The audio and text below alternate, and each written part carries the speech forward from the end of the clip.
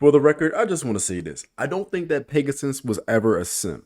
I do think that he was just madly in love and incredibly stupid. Stupid enough to believe that he could actually handle the power of not just the Millennium Eye, but creating the God cards. So let's look back in the history of Maximilian Pegasus, and I'm going to try my best not to do a Yugi boy impression throughout the duration of this video. Let's begin. So let's start off with a simple question. What was Pegasus' actual goal in season 1 of Yu-Gi-Oh? This Yu-Gi-Oh! Duel Monsters, the one with the weird ass rules. Depending on who you ask about the series, they'll give you a different answer as to what was Pegasus' real goal. To me, I always believed that his real goal was just bringing back his wife Cecilia, though after some research, I learned that his goal was also to take over Kuiper Corp, which I kind of see and I kind of understand, but I'm going to focus more so on just him bringing back Cecilia, okay? For all intents and purposes of this video, we are looking at Pegasus through the lens of he wants to bring back Cecilia. So how does he do it? Or should I say, how badly did Pegasus mess up? You see, Pegasus was never really the dumbest, actually. He was actually a really intelligent person. And he made some, I would say, insensible choices. Okay, I've noticed a trend in Yu-Gi-Oh! Where a lot of the villains do not have any kind of mental stability, okay? They have some kind of like thing in their head that just makes them mess up. And in Pegasus's case, I get it, okay? His was love. And if you want to look at Merrick's, the videos, it's somewhere up there. But Merrick was definitely unstable as well. I think he was just unstably stupid anyways. But it doesn't justify the mistakes that he made along the way. Starting off, of course, with him even getting to the Millennium Eye in the first place. Let's roll the tape. Like a 40-year-old Karen that's trying to get a discount from a coupon that she got from 5 years ago. Pegasus was desperate. He was blinded by the idea of bringing back Cecilia, okay? He was desperate. Our man was desperate. He was playing A Boogie in the background. And he saw a bandit who tried to take the Millennium Ring get turned up in flames because he was not worthy of the Millennium item. And then Pegasus said, no, I'm worthy.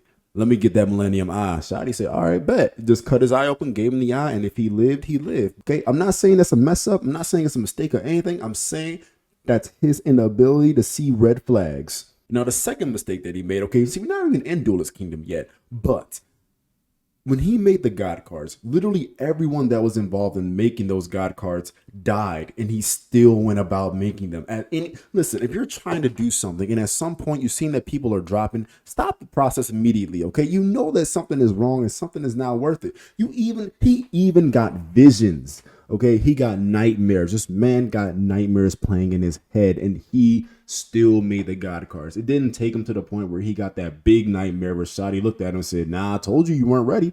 Then he had to pass off the cards back to Shotty, and that's when the Shishu took him.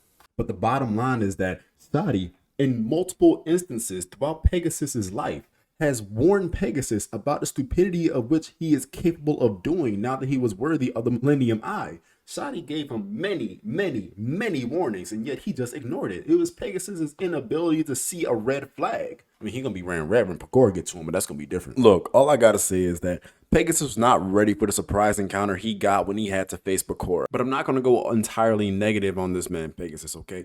See, not only was he smart enough to make the entirety of Duel Monsters, but he was also smart enough to realize that Joey is one of the best duelists of all time. But more importantly, he was able to get the one-up over Kaiba. In multiple occasions, mind you. Now, here is where things got a little dicey for him, you feel me? He was not expecting Pecora. He was not expecting the Pharaoh.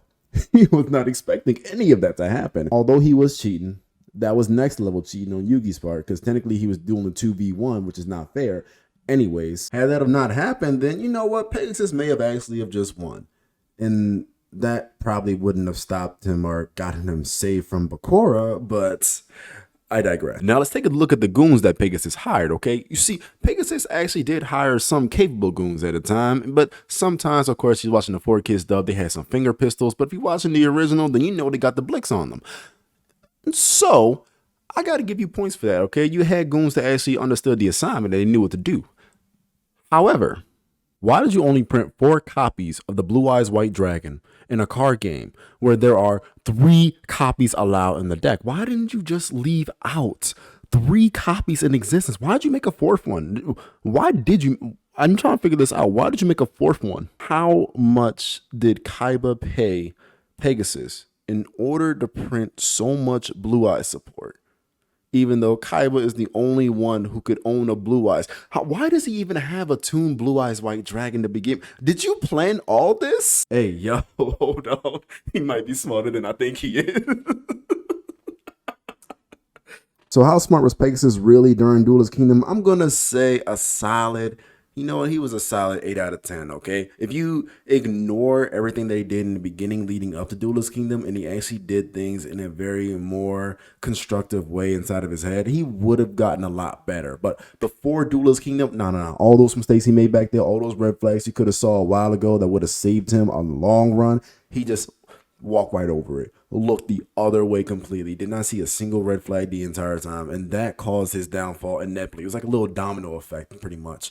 All of that led up to Bakura coming up here and saying, yoink.